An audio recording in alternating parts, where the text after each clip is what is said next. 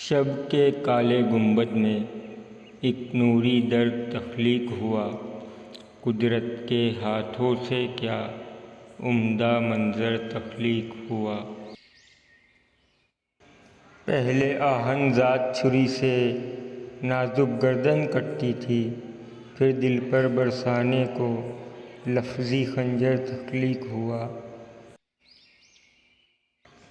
جثہ قطرہ قطرہ پگھلا، ہاتھوں پر چھالے چمکے، ایک گروندہ رہنے قابل تب جا کر تخلیق ہوا۔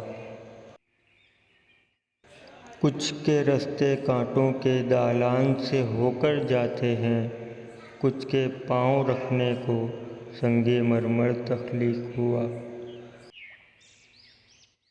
بے ترتیبی کے پردے میں ایک مرتب دنیا ہے، یوں لگتا ہے سارا عالم نقشے پر تخلیق ہوا۔